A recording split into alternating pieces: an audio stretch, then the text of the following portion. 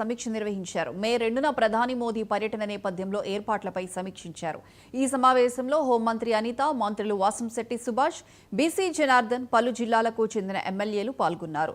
మాజీ సీఎం జగన్ 3 రాజధానుల పేరుతో అమరావతిపై కుట్రలు చేశారని ఆరోపించారు. ప్రజల ఆకాంక్షల మేరకు మళ్లీ అమరావతి పునర్నిర్మాణ పనులు వేగవంతం చేస్తున్నామని పేర్కొన్నారు.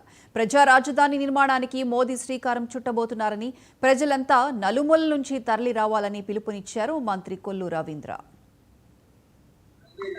అమరావతి రైతులు చేసినటువంటి త్యాగాలు మనమందరము కూడా భారతదేశ చరిత్రలో ఎవరూ చేయనటువంటి త్యాగాలు అమరావతి రైతులు చేసి 30,000 ఎకరాలు ఇవ్వడం జరిగింది. 30,000 ఎకరాలు ఇచ్చిన తర్వాత నాటి తెలుగుదేశం ప్రభుత్వం మొదలు పెట్టినటువంటి ఈ యొక్క రాజధానిని కొత్తగా నాడు వచ్చినటువంటి జగన్మోహన్ రెడ్డి గారు రాక్షస పాలనతో మొదలుపెట్టి ప్రజావేదికను కూల్చడమే కాకుండా ఒక రాజధానిని లేకుండా చేసి 3 ముక్కలాటలో సర్వనాశనం చేయడం జరిగింది.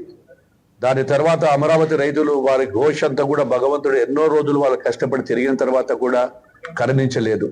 అటువంటి రాజధానికి మళ్ళీ పూర్వ వైభవం రావాలి. మేము గౌరవంగా ఎక్కడికైనా పోతే గర్వంగా చెప్పుకోవడానికి మా రాజధాని అమరావతి అని ఆ దేవుడి పేరు అమరావతి పేరు పెట్టుకునేందుకు సంతోషంగా ఉందని చెప్పి అందరూ కూడా ప్రజలు రాష్ట్రం నలుమూలల నుంచి కూడా రేపు మళ్ళీ పునర్నిర్మాణానికి మేము భాగస్వాములం అవుతాము.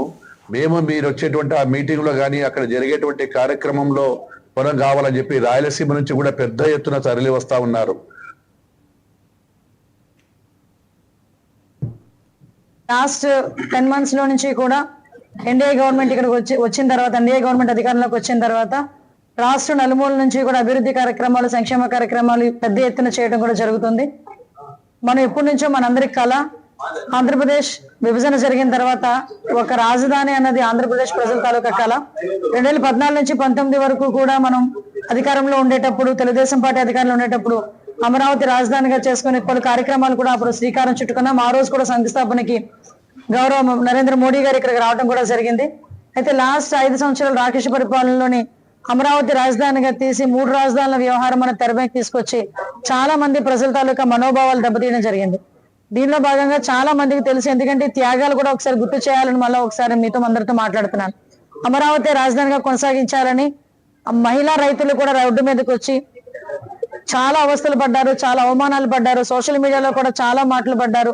బూటకాలతో తన్నించుకున్నారు, అరెస్టులు చేశారు, కేసులు పెట్టించుకున్నారు, అట్రాసిటీ కేసులు పెట్టించుకున్నారు. కనీసం కనకదుర్గమ్మ టెంపుల్కి వెళ్ళాలన్నా కూడా వాళ్ళకి అనుమతి లేని పరిస్థితులు ఉండే పరిస్థితుల నుంచి ఈ రోజు తిరిగి అమరావతి పునర్నిర్మాణం చేసుకోవటం అనేది మనందరికీ కూడా ఒక పండగ వాతావరణం లాంటిది. నెల్లూరు జిల్లా ఆత్మకూరులో